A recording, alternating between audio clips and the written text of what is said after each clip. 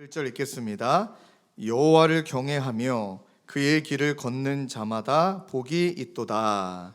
내가 내 손이 수고한 대로 먹을 것이라. 내가 복되고 형통하리로다. 내 집 안방에 있는 내 아내는 결실한 포도나무 같으며 내 식탁에 둘러 앉은 자식들은 어린 감람나무 같으리로다. 여호와를 경외하는 자는 이같이 복을 얻으리로다. 여호와께서 시온에서 내게 복을 주실지어다. 너는 평생에 예루살렘의 번영을 보며 함께 읽겠습니다. 내 자식의 자식을 볼지어다. 이스라엘에게 평강이 있을지로다. 아멘. 오늘 말씀을 저를 따라서 함께 고백하실까요? 복되도다. 여호와를 경외하는 가정이요. 저희들이 시편 말씀을 통하여 여호와의 선하심을 맛보는 것과 또 하나님을 경외하는 것은 연결되어 있다. 이 말씀을 함께 나눴습니다. 오늘 특별히 명절을 맞아 여호와를 경외함으로 여호와의 선하심을 맛보아 하는 것이 비단 우리 개인에만 머무는 것이 아니다. 우리 가정 또한 함께 여호와를 경외하며 하나님이 우리 가운데 주시는 선하심을 맛보아 하는 그 은혜를 오늘 말씀을 붙들고 함께 기도할 때 함께 은혜 주실 줄로 믿습니다. 먼저 민수기 6장 24절 26절 말씀을 읽어드리겠습니다. 여호와는 내게 복을 주시고 너를 지키시기를 원하며 여호와는 그의 얼굴을 내게 비추사 은혜 베푸시기를 원하며 여호와는 그 얼굴을 내게로 향하여 드사 평강 주시기를 원하노라 할지니라 하라. 아멘. 이 말씀이 하나님께서 모세 또 모세를 통해 아론을 통하여 축복의 기도의 문을 우리가 알고 있습니다.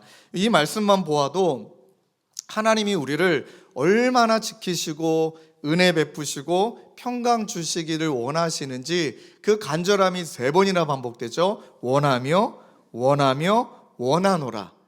근데 그렇게 원하시는 주체가 누구이시냐? 바로 여호와 하나님이시다.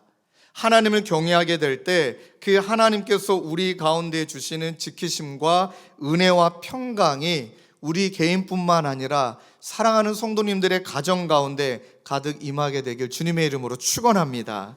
어거스틴은 이 말씀을 이렇게 고백합니다. 여호와의 복은 우리를 새롭게 하고 그분의 은혜는 우리를 붙들며 평강은 우리를 충만하게 합니다. 이 고백과 더불어서 주님이 주시는 은혜, 새롭게 하심, 평강, 우리를 충만하게 하심, 여러분 이것을 우리 가정 가운데 누리려면 우리 스스로 질문을 던져봐야 될 것은 과연 우리 가정은 여호와를 경외하는가? 우리 부부는 여호와를 경외하는가? 여러분 저도 상담 심리 공부를 많이 하진 못했습니다만 공부를 하면서 부부쌤이나 또는 부모와 자녀의 관계 회복을 위해 어떤 상담 정말 필요한 거 맞습니다. 그런데 정직하게 고백하면 그런 수많은 세미나를 듣든 또 아니면 스스로 직접 공부하시는 분도 많으시거든요. 상담을 통해 관계를 이해하고 부모를 이해하고 자녀를 이해하고 가장 중요한 것 나를 이해하며 직면하는 것 너무 중요한 과정인데 그렇게 공부를 많이 하시고 세미나를 많이 하셔도 여전히 가정이 기쁨, 평강 없는 가정이 많습니다. 왜 그런 것일까요? 보편할 수는 없지만 그렇게 잘 안다고 해서 되어지는 게 평강이 아니고 그렇게 나 자신을 이해한다고 해서 더 많은 걸 배운다고 해서 성경 지식을 많이 한다고 해서 은혜와 평강이 주어지는 게 아닙니다. 공부하면 깨달으면 깨달을수록 이 성경적인 상담이든 심리들을 공부하면 깨달을수록 우리 인간은 아무리 알아도 되는 게 아니구나. 아무리 깨달았다고 해서 깨달은 대로 사는 것이 아니구나. 즉 평강이라는 모습, 가정의 화평은 내 힘으로 안 된다. 내 노력 가지고는 안 된다. 불가능하다. 이것을 우리가 깨닫게 되어집니다. 그래서 저는 이 말씀을 어떻게 여러분들과 환원하기를 원하냐면 우리가 하나님을 경외하는가? 우리 가정과 부부가 하나님을 경외하는가? 이 말을 좀 환원한다면 과연 우리 부부는 무엇을 왕 삼고 있나? 우리 가정은 과연 누구를 왕 삼고 있나? 이렇게 질문해 보면 명확합니다. 우리 지난주에 우리가 경외란 뜻은 하나님을 향하여 깊은 존경과 사랑에서 우러나오는 두려움이고 삶의 모든 영역에서 삶의 모든 영역에서 하나님의 절대 주권을 인정하는 가운데 하나님을 전적으로 믿고 의지하며 순종하려고 몸부림치는 삶의 자세, 즉 우리 가정에도 왕, 내 삶에도 왕, 모든 상황 가운데 우리 하나님이 왕 되심을 믿고 모신다면 우리 가운데 뒤틀려졌던 삶의 모습들이 다시 제자리로 돌아오게 된다는 것이죠. 그리고 제가 이 말씀을 한 주일 동안 여러분 좀 과장한다면 정말 열심히 한번 실천해 보았습니다. 나는 여호와를 경외하는가? 내 생각과 내 말과 우리 가정에 하나님을 경외하는가? 하나님을 왕 삼고 있는가? 그러다가 이번 한 주 동안 정말로 너무 뻔한 거고 너무 당연한 것인데 그것을 체험하고 나니 이제서야 그 말씀이 그 말씀이었구나 라는 게 깨달아지더라고요. 제 삶의 예를 조금 편안하게 말씀을 드리면, 여러분 우리가 급할 때 내 생각과 감정이 먼저 나와요. 자녀를 바라볼 때도 하고 올라와요. 그리고 뭔가 말하고 싶어요. 질문 던져보겠습니다. 아이들이 잔소리한다고 변하나요? 절대 안 변합니다.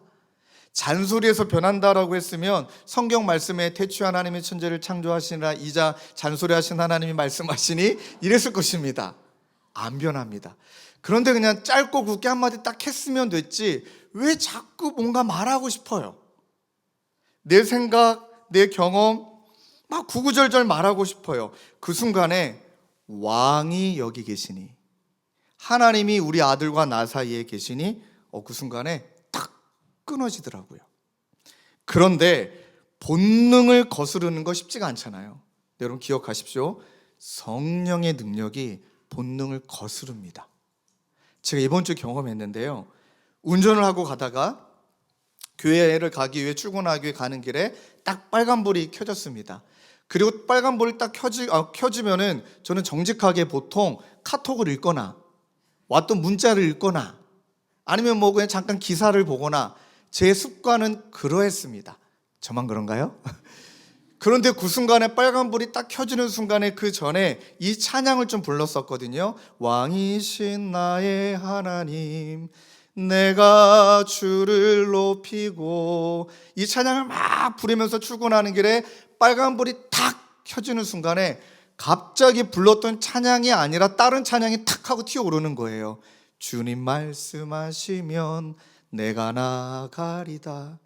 그러니까 빨간불을 보는 순간에 그렇게 그냥 적용한 거죠. 주님 말씀하시면 나아가고 주님 뜻이 아니면 멈춰섭니다. 하나님 빨간불이 켜졌으니까 멈춰섭니다 하고 잠시 그 시간에 한 2분도 안 됐을 거예요. 3분도 안 됐을 거예요. 여러분 갑자기 예배하게 되더라고요. 2분 예배. 2분짜리라고 말하고 싶지 않아요. 2분의 예배. 처음 경험이었습니다. 빨간불이 켜지고 그 찬양을 부르고 하나님을 예배하는데, 여러분 가끔 그럴 경험 있지 않습니까? 저를 신비주의자로 보지 마시고요. 온몸이 막 털이 서는 느낌, 막 뜨거움이 임하는 느낌, 그냥 눈물이 그냥 흘러요. 그 짧은 순간에 임재라는 게 이런 거구나. 아무것도 안 보여요.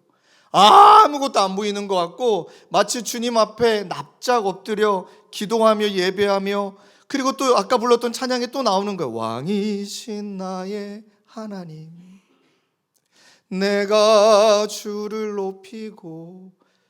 와, 너무 그 짧은 시간이라고 말하지만 그 2분이 마치 2시간처럼 느껴지더라고요. 그리고 파란불이 딱 켜졌습니다. 파란불 켜지면 어떻게 해야 됩니까? 우리나라는 빨리 가야 되잖아요. 그런데 그 여운에 제가 이렇게 있다 보니, 임재의 여운을 느끼고 싶다 보니 출발이 좀 늦었어요. 맨 앞에 서 있다가 이제 좌회전 가는데 출발이 늦으니까, 출발이 늦으면 뒤에 계신 분이 저분 은혜 받고 있구나, 하나님 만나고 있구나, 내가 좀 기다려드려야 되는구나, 그렇지 않으시더라고요. 얼마나 돼서 빵빵대는지. 막 빵빵대는 것뿐만 아니라 여러분 이렇게 제가 좌회전해서 들어가면 빵빵 됐으면 됐지 뭘 그렇게 화가 나신다고 그렇게 저를 추월해가지고 차선을 넘어서 추월해서 내 앞으로 오시냐고요. 여러분 그러면 저도 사람이니까 방금 전에 그렇게 예배를 드렸다 할지라도 이 뭐야? 죄송합니다. 그게 사람의 솔직히 본능이잖아요. 근데 제가 그때 정말 너무 신기했어요. 이거는 의지도 아니에요. 제 노력도 아니에요. 이건 하나님이 아셔요. 부인할 수 없어요. 그렇게 빵빵거렸던 흰색 아반떼가 뭐가 남았나 봅니다. 확 하고 들어왔을 때 진심으로 전혀 요동함이 없이 아이쿠 내가 그렇지 늦게 출발했으니까 저분이 뭔가 바쁘셨나 보다 하고 그 앞에 지나가는 그분에게 빛이 있으라. 여러분 정말 너무 신기했어요. 그 순간에 이 느낌이 너무너무 좋고 신기해서 이제 차를 빼가지고 비상등을 켜고 막 적었어요. 임재란 게 이런 걸까? 아니 이거 승질을 내야 될 타이밍이고 화가 나야 될 타이밍인데 왜 화가 안 나지? 왜 마음에 요동이 없지? 그래서 내 마음에 성령의 소욕과 성령의 임재와 뭐 소욕이라고 말해도 되죠. 육신의 소욕이 싸우는데 성령이 내 육신의 소욕을 지배하니 성령의 것이 나오는 거구나. 이 당연한 질서를 체험하고 나니까. 그리고 이제 습관이 생겼어요. 막 화가 올라오려고 하고 아들과 와이프를 바라보며 잔소리가 나오려고 할 때 성령님 지배하여 주옵소서. 내 안에 계신 성령님 사로잡아 주시옵소서. 그리고 나서 이번 주 돌아보니까 제 안에 나타나는 특징이 물론 신방하고 회의할 때는 말을 많이 할 수밖에 없지만 이번 한 주만큼 그렇게 말 많이 한 적이 없는 것 같아요. 왜 그런지 아세요? 말하면 실수할까 봐 두렵거든요. 이제 알 것 같아요. 말수가 줄어요. 그럼 말하기 전에 뜸들이고 고민하게 돼요. 여호와를 경외하는 것이 지혜의 근본이란 말씀도 이제 꿰지는 것 같고요. 여호와를 경외할 때 여호와의 선하심을 맛보아 알게 해주시는 것이 이제 무엇인지도 알 것 같고요. 그때 깨달았어요. 내가 지금 무엇을 왕 삼고 있나? 그렇게 무시받은 난가? 한번 여러분들의 가정을 돌아보실까요? 여러분들의 가정에 왕은 누구이십니까? 아버지십니까? 아니면 어머님이십니까? 아니면 자녀입니까? 조금 더 구체적으로 말하면 돈입니까? 성공입니까? 잘됨입니까? 어릴 때부터 이 이미지를 저도 많이 봤기 때문에 여러분도 이 이미지가 기억나실 거예요. 그리스도는 이 집의 주인이시오. 식사 때마다 보이지 않는 손님이시오. 모든 대화에 말없이 듣는 이시라. 성경 구절이 아니라 뭐 저 배경을 다 설명드릴 수는 없지만 저 이미지를 어릴 때부터 저도 많이 봤거든요. 그리고 심지어 저희 어머님이 식사하실 때 뭐 매번마다 그러진 않으셨지만 숟가락과 젓가락을 항상 하나 더 놓으시는 거예요. 어머니 뭐예요? 아버지 지금 오늘 못 오시잖아요. 예수님 자리다. 그러면 그때부터 식사가 굉장히 경건해져요. 편식하면 안 될 것 같고. 그런데 돌아보니까 이 집의 주인이 누구이시냐에 따라 그 집의 분위기가 달라지는구나. 우리 신앙의 선배가 이 믿음의 가정의 주인이 누구냐라는 것을 표현했는데 한번 잘 들어보세요. 찰스 스펀저 목사님은 가정은 교회의 첫 번째 모형이며 여호와를 경외하는 가정에서 신앙이 자라난다. 이 말을 우리가 좀 다르게 해석하면 가정이 교회의 첫 번째 모형인데 여호와를 경외하지 않다 보니 어떤 의미에서는 신앙이 자라지 않고 있다. 매튜니 목사님은 하나님을 경외하는 자는 가정에서 먼저 그 열매를 맺는다. 그런데 우리는 자꾸 이원화가 되어 있는 모습들, 교회에서만 열매 맺는 것 같고 장로라는 직분에서만, 권사라는 직분에서만, 목회자라는 그런 그 수식어만 붙을 때만 열매 맺는 것 같고 여호와를 경외하는 자는 그 가정의 첫 번째에서 열매가 맺혀져야 되는데 아무런 열매가 없다면 어쩌면 우리는 이분화된 그냥 겉과 속이 다른 이 가정이 얼마나 중요한지 모른 채 열매를 맺고 있지 못한다. 이렇게 우리가 적용할 수 있고요. 토저는 하나님을 첫 자리에 두면 가정의 모든 것이 제자리를 찾는다. 그런데 하나님을 첫 자리에 두지 않으니까 우리의 가정의 우선순위가 다 무너졌고 제자리를 못 찾고 헤매고 있는 부분들. 그래서 여러분 사사시대 때 핵심이 왕이 없으므로 각자의 소견에 오른 대로 행하잖아요. 그것이 정답이더라. 그래서 오늘 구정 명절을 맞아 복되다 여호와를 경외하는 가정은 이라고 할 때는 이 첫 번째 문구가 우리 가정 가운데 다 일어나기를 바라는데요. 저를 따라 하실까요? 우리 가정에는 왕이 계시고 그 왕의 통치를 따라 살아갑니다. 여러분 시편 128편 1절 말씀을 다시 한번 읽겠습니다. 시작. 여호와를 경외하며 그 도에 행하는 자마다 복이 있도다. 자, 4절도 읽을까요? 시작. 여호와를 경외하는 자는 이같이 복을 얻으리로다. 아멘. 여러분 여기 우리 핵심이 복복복에만 연결되면 안 됩니다. 이 복은 이미 선포하시는 거예요. 복되다. 우리 팔복되 공부했잖아요. 복되다. 이 귀한 가정이요. 이미 우리에게 선포하셨는데 여기에는 여호와를 경외하는 마음만 있으면 안 되고 여호와를 경외하는 마음으로 여호와를 경외하는 그 길을 걸어가야 된다. 그러니 여러분 그냥 생각만 마음만 아니라 여호와를 경외하는 실천과 행동이 따라가야 된다는 것이죠. 이것에 대해서 찰스 스퍼전 목사님은 너무 명확하게 말합니다. 마음이 하나님께 연합된다면 발이 하나님을 열심히 따라갈 것이다. 그러니까 마음이 하나님을 경외한다면 우리의 발도 하나님을 경외하는 방향으로 열심히 따라갈 것이다.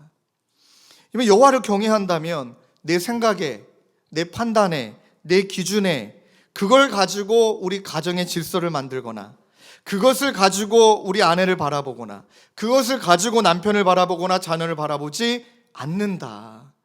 그래 여러분들 왜 우리가 가족끼리 그토록 싸울까요? 정답은 하나입니다. 왕이 없는 거예요. 기준이 없습니다. 그러니 내 생각이 옳고 당신 생각도 옳고 우리 자녀들은 엄마 아빠의 생각이 옳음 속에 눈치 보고 살아가고 주눅 들고 그러니 내 감정, 내 상처, 내 판단이 옳으니까 각자의 소견에 옳은 대로 행하니까 이제 남는 거는 그냥 맞는 사람이 지배하거나 그 지배 가운데서 그냥 눌려 살거나 아니면 서로 상처 주거나 이렇게 된다는 것이죠. 제가 이번에 설교를 준비하는데 우리 교회 성도님도 아니고요. 홈페이지 어떻게 저희 교회를 아시고 제 메일 주소가 남겨져 있으니까 저에게 장문의 메일이 왔어요. 근데 이 메일에 답을 드리자니 너무 길어서 전화하면 안 되냐, 저는 솔직하게 글보다 말이 편한 사람이다 하고 이 신혼부부랑 통화를 했습니다. 근데 이 신혼부부의 가정이 여러분들 잘 들어보세요. 같은 교회에서 만나서 결혼했습니다. 얼마나 큰 축복입니까? 근데 이 신혼부부의 양가 부모님도 같은 교회의 장로님과 권사님입니다. 그러면 이야 엄청 축복받은 가정이네. 이 부부는 지금 그 교회를 떠나고 싶습니다. 양가 부모님 때문에. 그리고 이제 이 상황을 들어보니까 이 친구가 이제 형제가 하는 이야기가 양가 부모님을 인사드리고 찾아뵈야 되는데 또 멀지는 않은 것 같아요. 찾아뵈야 되는데 이번엔 진짜 마음이 안 내킨다. 가면 레파토리가 또 나올 것 같다. 우리 아버지 정치 이야기 시작하시고 얼마나 이분이 마음이 힘드냐면 그 양가 부모님이 장로님이고 권사님이니까 예배를 드린대요. 밥 먹기 전에 예배를 드리고 밥 먹을 때부터 시작해갖고 이제 정치 이야기. 그 다음에 이 아버님도 열심히 사셨나 봐요. 그러니까 아들을 바라보며 너 그렇게 해서 안 된다. 너 이제 회사에서 승진하려면 뭐 준비해야 되고 뭐 해야 된다. 딱 그러다가 이제 그 불똥이 며느리에게 튀는 거예요. 애는 언제 가질 거냐.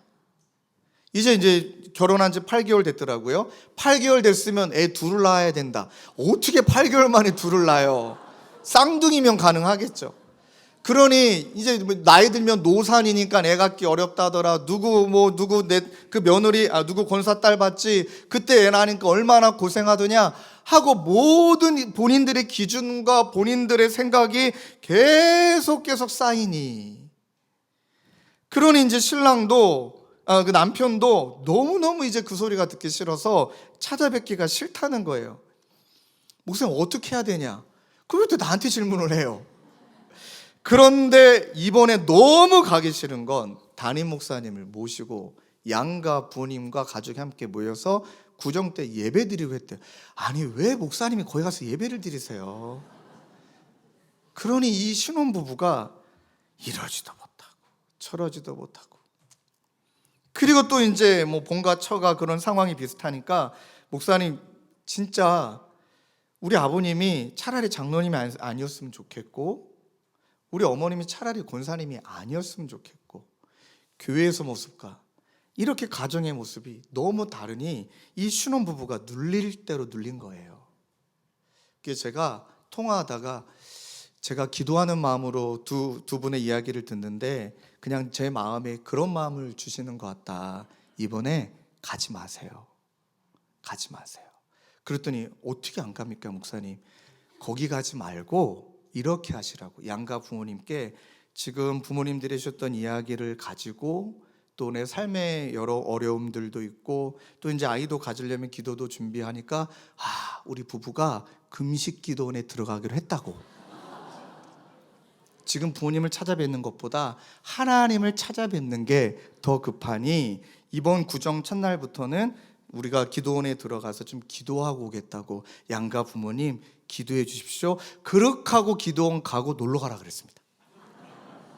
기도원 오살리 찍고 밥 맛있으니까 먹고 그 다음에 헤이리 마을이 가든 두 사람만의 시간을 보내라고. 여러분 좀 이야기가 좀 길어졌지만 우리에게 한번 적용해 보십시다. 예수님이 왕이십니까? 그 가정에 예수님이 왕 되셨습니까? 그렇다면 예수님이 만약에 왕 되신다라고 우리가 가정한다면 아들내미가 오고 며느리가 오면 아유 고생 많았다. 며느라가 야 오늘 좀 쉬었다 가라. 며느리가 어찌십니까? 쉬라고 그냥 이렇게 널브러져 있는 MG 무슨 며느리가 있을까요? 못합니다. 그럼 같이 설거지도 하고 예배도 드리고, 그리고 제일 좋은 말 빨리 가라. 빨리 가라. 뭔 소리 하는지 모르겠네요. 네. 제가 원고에 없는 얘기를 하면 안 돼요. 네, 이 빨리 가라는 원고에 없었습니다. 네. 그러니까 예수님의 마음으로 말해주고 좀 바라봐 준다면 그 신혼부부가, 여러분 아시잖아요. 정말 세상 만만치 않은 거 얼마나 위로받고 갈까. 그러면은 이 두 신혼부부가 양가 부모님을 찾아뵙고 내가 영적으로 충전돼서 집에 가는 것 같아. 이러면 얼마나 좋을까요? 그래서 여러분 중요한 것이 복되다 여호와를 경외하는 가정이여 라고 말할 때 이것이 가능하게 되려면 주가 주시는 은혜와 평강에 감사하는 마음이 넘쳐야 된다는 겁니다. 시편 128편 2절에 내가 내 손이 수고한 대로 먹을 것이라 내가 복되고 형통하리로다. 그 다음에 3절 말씀을 이어 읽어드리면 내 집 안방에 있는 내 아내는 결실한 포도나무 같으며 내 식탁에 둘러 앉은 자식들은 어린 감나나무 같으리로다. 이 말씀이 연결되어 있는데 먼저 2절 말씀은 손이 수고한 대로 먹는 것만큼 축복이 어디 있습니까 여러분? 세상은 이 사탄이 지배하고 있기 때문에 수고한 대로 그렇게 대가를 얻지 못하고 분노하게 만들고 상처받게 만들고 힘겹게 만듭니다. 그런데 내가 일한 만큼 그렇게 내가 결과를 누린다. 어마어마한 축복이잖아요. 최근에 들어와서도 저는 우리 성도님들께 너무 감사한 건 얼마 전에 로또 이야기를 한번 한 적이 있잖아요. 그랬더니 그 이후에 정말 많은 성도님들이 로또를 끊고 있어요. 할렐루야. 여러분들이 일확천금을 바라는 것이 아니라는 걸 압니다. 지금 경제적인 빚이 있고 어렵다 보니 그거라도 해서라도 내가 빚을 탕감하고 싶어하는 그 마음을 아니까. 그런데 우리 너무나 감사한 건 많은 성도님들이 이건 아니다. 그 핵심이 돈이 지금 내 삶의 주인이 됐구나. 돈이 우리 가정의 주인이 됐구나. 그리고 열심히 수고한 만큼 내가 그 대가를 바라고 대가를 누리는 것만 해도 얼마나 큰 감사인가. 그러면서 감사로 바뀌는 거예요. 수고한 대로 먹은 것을 당연하게 여기는 것이 아닌 거예요. 어떤 것도 감사한 게 아니라 내가 지금 숨 쉬는 것도 감사해. 우리 자녀에게 이런저런 어려움이 있지만 그래도 이 자녀가 학교 다녀주는 것만 해도 감사해. 또 우리 내 남편과 우리 아내가 이런저런 아쉬움이 있고 왜 아쉬움이 없겠습니까? 그럼에도 불구하고 나랑 같이 살아줘서 감사해 하면서 당연하다는 것을 감사로 여길 수 있는 것은 여러분 은혜의 힘이 아니면 안 됩니다. 은혜의 힘이 아니면 안 됩니다. 어젠가요 우리 귀한 성도님과 이야기 나누는데 갑자기 해고를 당하신 거예요. 갑자기. 얼마나 울분과 상처와 아픔이 있겠습니까? 그 이야기를 전해 듣고 기도하고 집사님 우리 만나서 교제 나눴으면 좋겠습니다. 그랬더니 해고를 당하신 다음에 그 시간 동안 사랑하는 이 집사님이 하나님을 깊이 있게 경험하셨더라고요. 그리고 저도 모르게 이분에게 툭 나왔던 말이 울컥하면서 나왔던 말이 집사님 정말 그리스도인이시네요. 이 말을 드렸어요. 그 힘든 시간을 지나가고 그리고 너무 감사히 6개월 수습으로 지금 취직이 되셨거든요. 그러고 보니 내가 지금까지 직장생활 한 것도 감사하다. 밥 3끼 먹을 수 있는 것만 해도 감사하다. 그럼 이분이 감사를 표현하시는데 그리고 이분이 딱 마지막인가요? 하셨던 한마디 목사님 모든 것이 은혜라는 것을 알겠다고. 이런 그 힘입니다. 당연하게 여기지 않고. 여러분 그렇고 가정 가운데 얼마나 많이 다툼이 있습니까? 아까 말씀드린 대로 각자의 소견에 오른 대로 각자의 생각이 앞서니까 싸우기도 합니다. 그런데 여러분 가정 안에 또 관계 가운데 이렇게 싸움도 일어나지만 또 진짜 무서운 게 뭔지 아십니까? 친한 사이고 가까울수록 제일 무서운 것 중에 한 가지가 서운함이더라고요. 서운함. 내가 너 어떻게 키웠는데, 내가 널 위해서 어떻게 희생했는데, 교회로 말한다면 내가 얼마나 이곳에서 헌신했는데 왜 안 알아줘? 왜 내만 몰라줘? 왜 그렇게 마음을 서운하게 만들어? 하면서 자식이든 배우자이든 친구이든 목회자이든 관계 가운데 서운한 감정이 쑥 하고 들어와요. 내가 어떻게 했는데, 내가 어떻게 섬겼는데, 아버지 나한테, 어머니 나한테, 할머니 할아버지 나한테 니네가 어떻게 그럴 수 있니? 라고 말할 수밖에 없는 게 그게 우리예요. 서운함은 이건 뭐로도 못 이기더라고요. 서운함이 찾아오는 것은 무시받은 느낌도 인정받지 못하는 것도 사랑받지 못하는 것보다 그만큼 내가 애를 썼기 때문에 그런 거잖아요. 그만큼 희생했고 헌신했기 때문에 그것 때문에 너무 서운한 거잖아요. 근데 이 서운하지 않으려고 섭섭해하지 않으려고 이를 악물면 병 걸립니다. 병 걸립니다. 안 되는 거더라고요. 저도 목회하면서 아무리 섭섭하게 여기지 않으려고 서운해하지 않으려고 해도 아니에요. 또 여러분들 아십니까? 여러분들 할 말 다 하고 가시잖아요. 네, 목회자들은 할 말 못해요. 아니 목사가 이렇게 되니까 여러분들 할 말 다 하고 서운한 이야기 다 이야기 하십니다. 그럼 그저 목회자는 들어드리고 똑같이 저도 집사님한테 서운한 게 있어요. 집사님은 왜 그렇게 하세요? 이렇게 되면 싸움이 되잖아요. 근데 그 서운함을 안고 막 기도하고 막 애쓴다고 해서 이게 사라지지가 않더라고요, 솔직하게. 근데 비결을 발견했습니다. 서운함은 은혜로 덮을 때 사라지더라고요.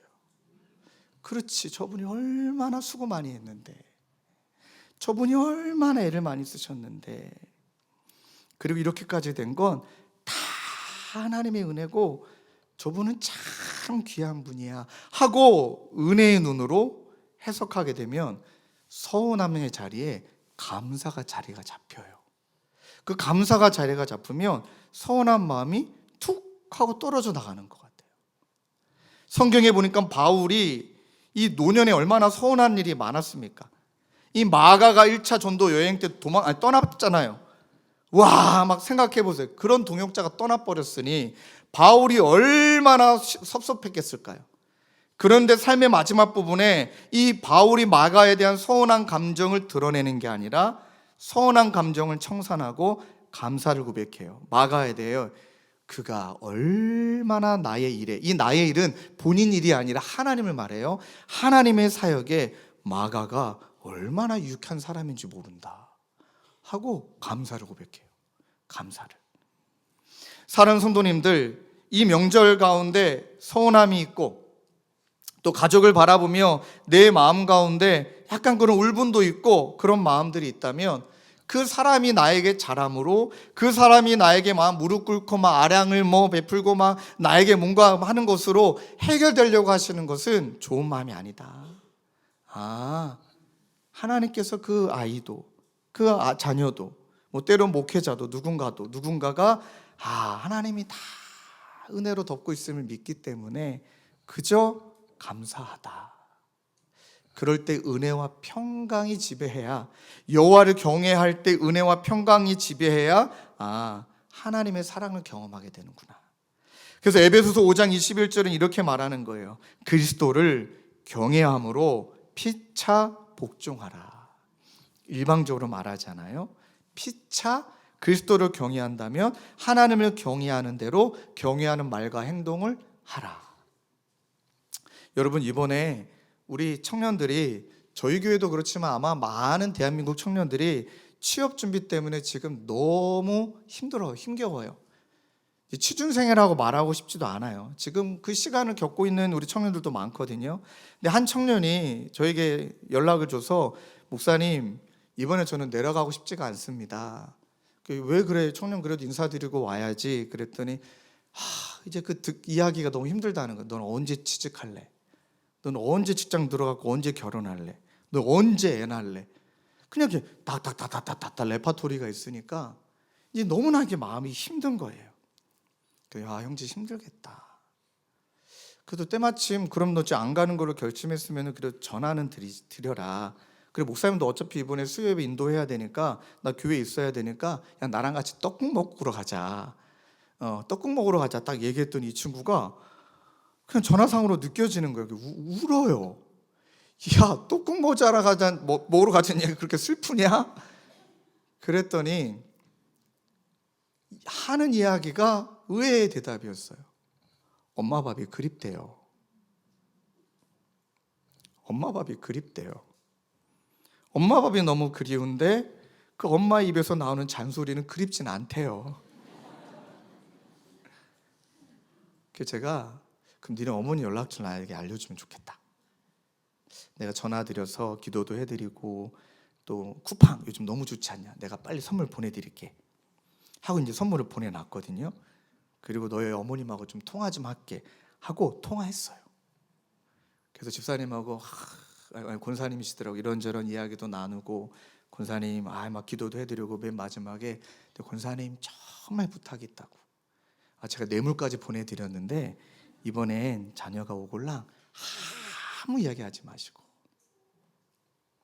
맛있는 밥을 더 맛있게 해주시고, 수고 많지, 밥 한 끼 먹고 가. 그렇게 꼭 해주시고, 자꾸 뭔가 말이 나오려고 할 때 빨리 집에서 나오시라고. 그랬더니 너무 고맙게 권사님이, 목사님 어떤 말씀인지 알 것 같다고. 안 그래도 내가 아들을 말해버렸네요. 내 아들에게 너무 힘겹게 말한 것 같다고 하고 고맙게 오늘 내려갔습니다. 그렇게 서로에게 상처 주라고 가정을 주신 것도 아니고, 하나님을 경외한다라면, 하나님이 그곳에 계신다고 믿는다면 하나님이 계심을 믿고 자꾸 내 말과 행동을 바꿔보네. 저도 첫째인지 둘째인지 기억이 나진 않아요. 근데 우리 아내가 간신히 그 아이를 재웠어요. 여러분, 그때부터는 아내의 행복이 피잖아요. 이 아기가 잠들었다. 그때부터는 이제 말할 수 없는 기쁨이 있잖아요. 근데 제 기억에 뭔진 모르지만 뭔가 일이 있었고, 아내에게 여보 하고 제가 이렇게 소리를 냈거든요. 그랬더니 우리 아내가 저를 쥐잡듯이 잡는 표정으로 목소리를 크게 못하고, 조용해, 지금 잠들었어. 조용해, 지금 잠들었어. 설교 준비하는데 이렇게 딱 떠올랐어요. 하고 한번 적용해 본다면, 여러분들이 하고 싶은 말이 나오려고 할 때, 그러니까 내 본능에 충실한 행동에 나오려고 할 때, 그때 한번 이 말을 적용해 보는 거예요. 조용하세요. 예수님이 계시잖아요. 조용하세요. 왕이 계시잖아요. 너무 그렇게 세게 말하지 마세요. 왕이 계시잖아요. 여러분들 표정 보니까 별로 은혜를 안 받는 것 같아서 넘어가겠습니다. 그렇게 한번 적용해 보는 거예요. 그렇게 큰 소리 내지 마세요. 여기 왕이 계셔요. 왕이 계시니까 너무 그렇게 하지 마세요 라고 우리를 브레이크를 건다면 갈라디아서 5장 25절 22절 말씀이 이제 이루어질 거예요. 만일 우리가 성령으로 살면 또한 성령으로 행할지니 헛된 영광을 구하여 서로 노엽게 하거나 서로 투기하지 말지니라. 22절 오직 성령의 열매는 사랑과 희락과 화평과 오래 참음과 자비와 양성과 충성과 온유와 절제니 이 같은 것을 금지할 법이 없느니라. 그리스도 예수의 사람들은 육체와 함께 그 정욕과 탐심을 십자가에 못 박았느니라. 우리 한 시니어 성도님을 신방하는데 제가 정말 많은 도전을 받았습니다.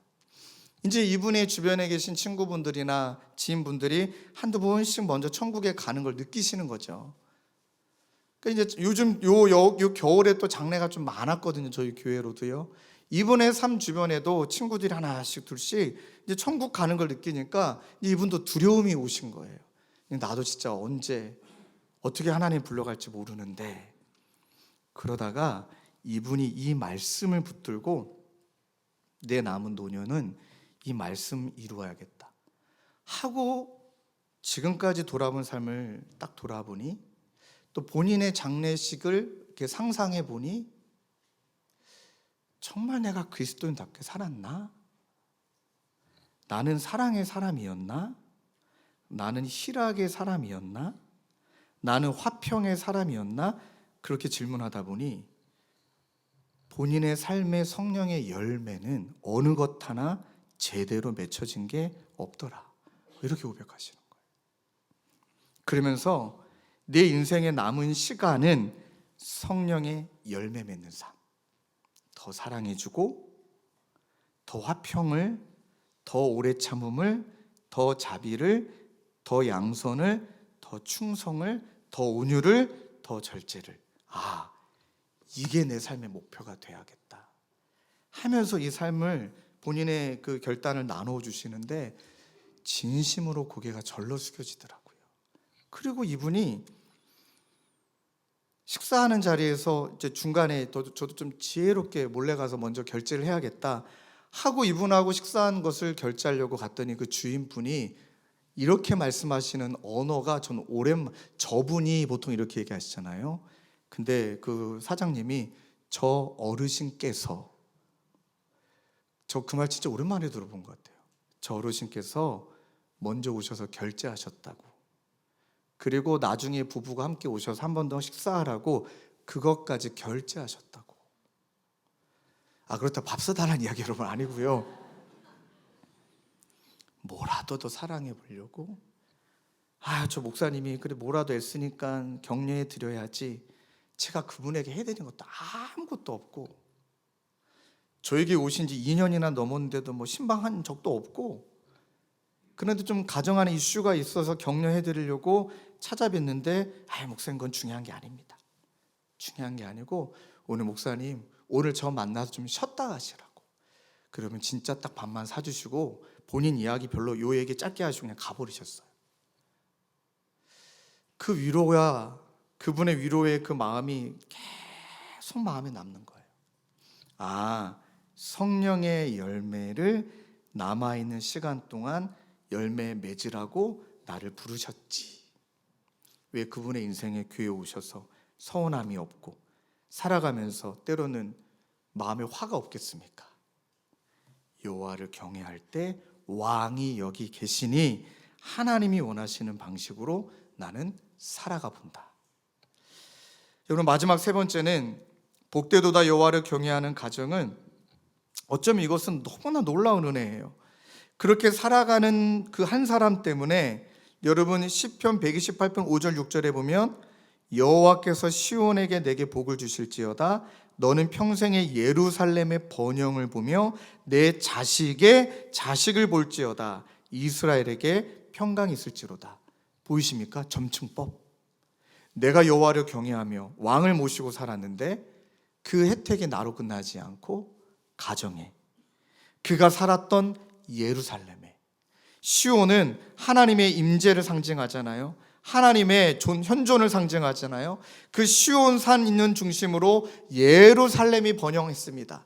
예배를 드리는 자들이 다 예루살렘으로 오고, 그랬더니 그렇게 내가 경외하며 예배 드렸더니 그가 있는 가정이, 그가 있는 지역이 무엇을 경험한다?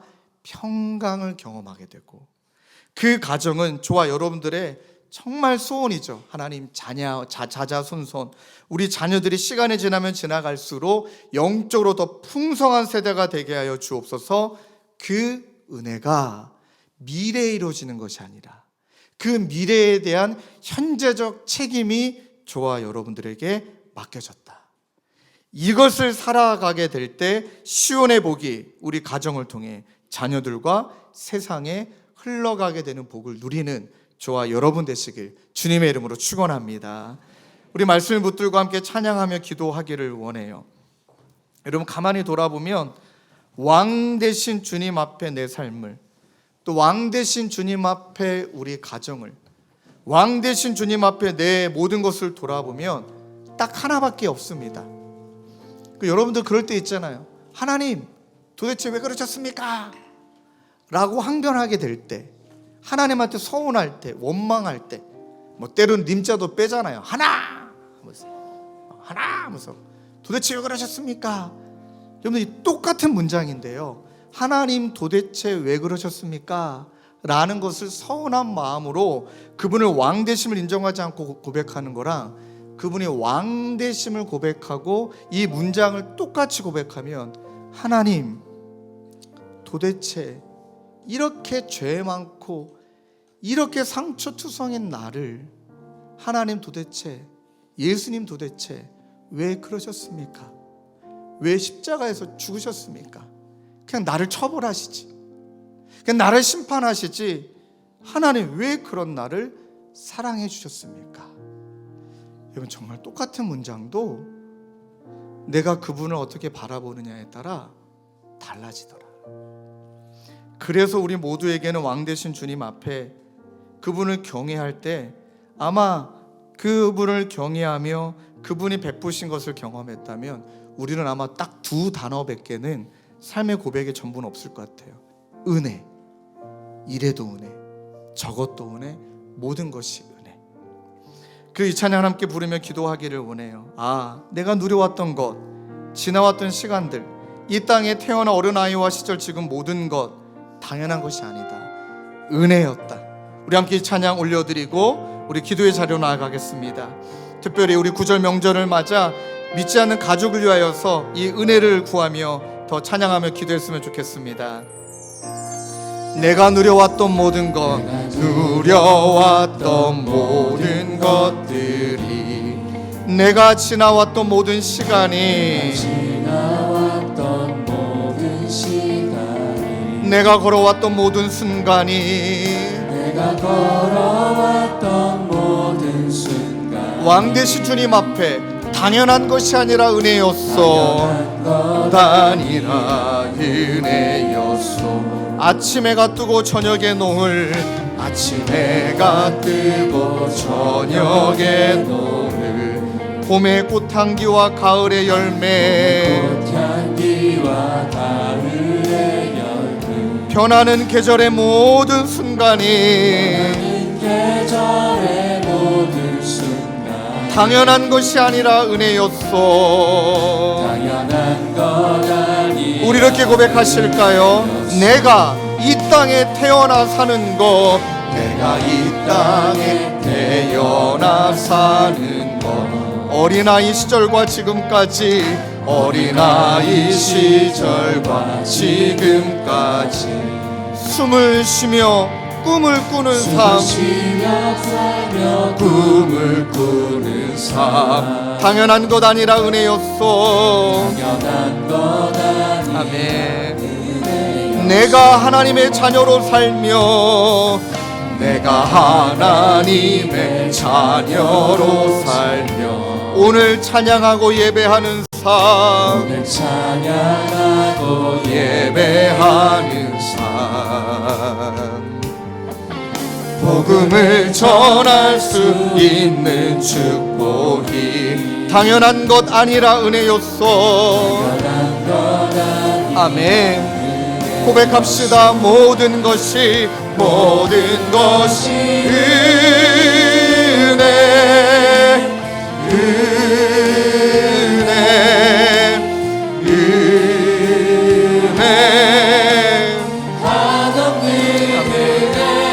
내 삶에 당연한 것 하나도 없었던 것을 모든 것이 은혜였소. 모든 것이 은혜. 아멘. 은혜,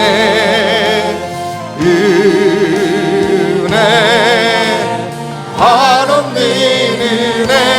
내 삶에 당연한 것 하나도 없었던 것을 모든 것이 은혜였소. 사랑하는 성도님들, 말씀을 붙들고 기도하기를 원해요. 오늘 이 자리에도 참 아픔과 깨어짐 속에 기도하고 있는 분들이 많은 것 압니다. 오늘 예배가 끝나고서도 제가 또 9번의 가정을 신방했기 때문에, 목사님, 우린 이미 이혼했는데, 이미 우리는 깨졌는데 회복이 될까요? 그렇게 오셔서 말씀하시는 그분의 심정이 너무 느껴지는 거예요. 그리고 집사님, 어떤 말씀보다 기도해 드리고 싶다고 하고 기도하는데 말이 안 나오는 거예요. 말이. 그래서 기도했어요. 하나님, 귀한 이 집사님에게 당신이 주기를 원하시는 말씀을 제 입에 주시라고.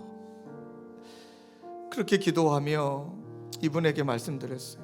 집사님, 하나님이 집사님 마음을 다 아십니다. 그리고 그러려고 그렇게 되어진 것 아니지만, 그러나 이제 홀로 그렇게 자녀를 키우는 것이 아니라 이제 주님과 함께 그렇게 주님을 경외하며 사랑하는 두 자녀 앞에 왕 되신 주님을 모시고 살아가게 될 때 그 모든 것들을 회복시켜 집사님을 통해 두 자녀를 통해 이 가정이 왕 되신 주님을 모시고 은혜와 평강을 누리게 하여 주실 것을 믿습니다. 기도하는데 아멘, 아멘이라고 대답하시더라고요. 또 여러분들의 삶에 비슷한 상황에 계신 분이 계시다면, 홀로 믿고 있지만 아니에요. 여러분들을 통하여 변화시키고 구원하기를 원하시는 하나님의 계획이 진행되고 있음을 믿습니다. 하나님이 여시면 누가 막겠습니까?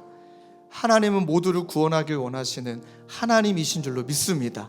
그러하게 우리는 오늘도 주님을 왕 삼고 왕의 언어로, 왕의 행동으로 그렇게 주님을 경외하며 살아가게 될 때 여러분들의 삶과 가정과 여러분들로 말미암아 모든 주변은 하나님 시온으로부터 흘러나오는 은혜로 평강 누리게 하여 주실 것을 믿습니다. 우리 그 마음을 가지고 하나님 이번 한 주도 여호와를 경외함으로 이번 명절에 특별히 주님을 더욱더 왕 삼고 살아가는 우리 모두가 되도록 인도하여 주옵소서. 우리 한 목소리로 함께 기도하시겠습니다. 기도하겠습니다.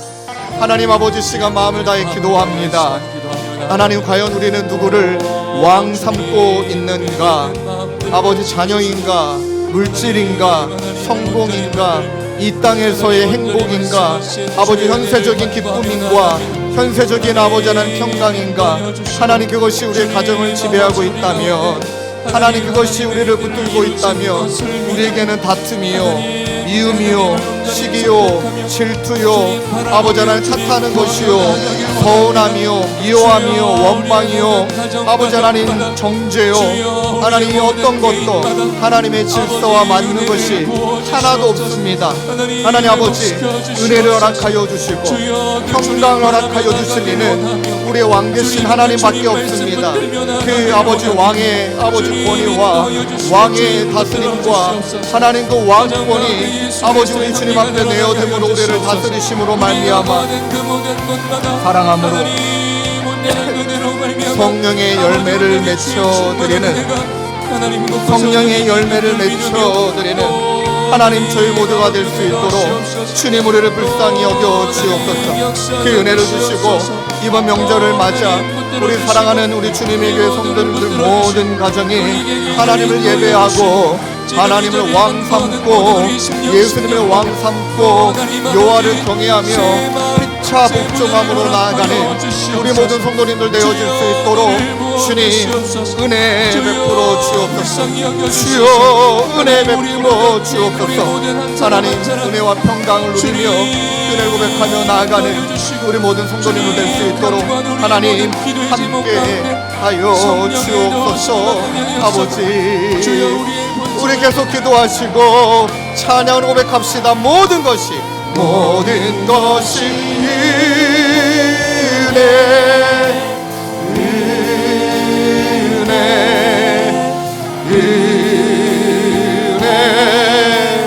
한없는 내 삶에 당연한 것 하나도 없었던 것이 모든 것이 은혜. 우리 자리에 일어나서 찬양하실까요? 모든 것이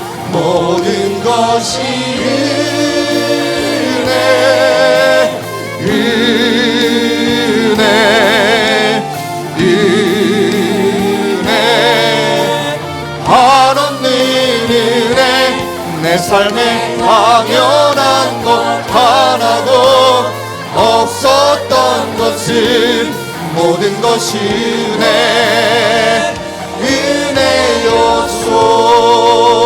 은혜였소. 하나님 때로는 서운함이 원망이 탓이 또 우리의 삶의 여정에 앞설 때가 있고 또 우리가 지금까지 살아왔던 인생의 경험과 아버지 우리 인생의 능력치가 앞설 때가 있습니다. 그런데 주님 그것을 앞세운들 하나는 돌아보면 문제가 해결될지 모르지만 누군가는 또 상처받게 되어지고 오히려 그 문제가 실타래처럼 또 관계의 감정이 실타래처럼 엉켜서 더 깊은 상처를 주고 내가 원하고 바라는 모습은 이것이 아닌데 왜 이렇게 됐을까? 하나님 그렇게 살아가는 인생의 여정이 우리들의 여정이었다면 이번 구정 명절을 맞아 이제 주인 삼으려고 했던 주인 삼으려고 했던 이 생각의 성공이라는 물질이라는 기준 다 내려놓고 예수님이 우리의 삶에 우리의 가정에 왕 되심을 선포하는 우리 모두가 되도록 인도하여 주옵소서. 그리하여 왕이 여기 계시니 그분을 인식하고 인정하며 하나님이 바라시는 질서와 통치 가운데 거하여 주님을 경외함으로 주님을 왕삼으로 말미암아 날마다 베풀어 주시는 은혜와 평강을 맛보며 살아가는 여호와의 선하심을 맛보며 살아가는 우리 성도님들 모든 가정이 되도록 주님 은혜 베풀어 주시옵소서. 우리 구주 예수 그리스도의 은혜와 하나님 아버지의 다함없는 사랑과 성령님의 위로교통 감화 우리와 함께 하시는 성령 하나님의 역사가 이번 한 주 특별히 이번 명절 더욱더 여호와를 경외함으로 나아가기로 다짐하는 사랑하는 성도님들과 모든 가정 가운데 영원히 함께 계시기를 간절히 축원하옵나이다. 아멘. 하나님 아버지 고백하며 나아가는 이 은혜 붙들고 살아가게 도와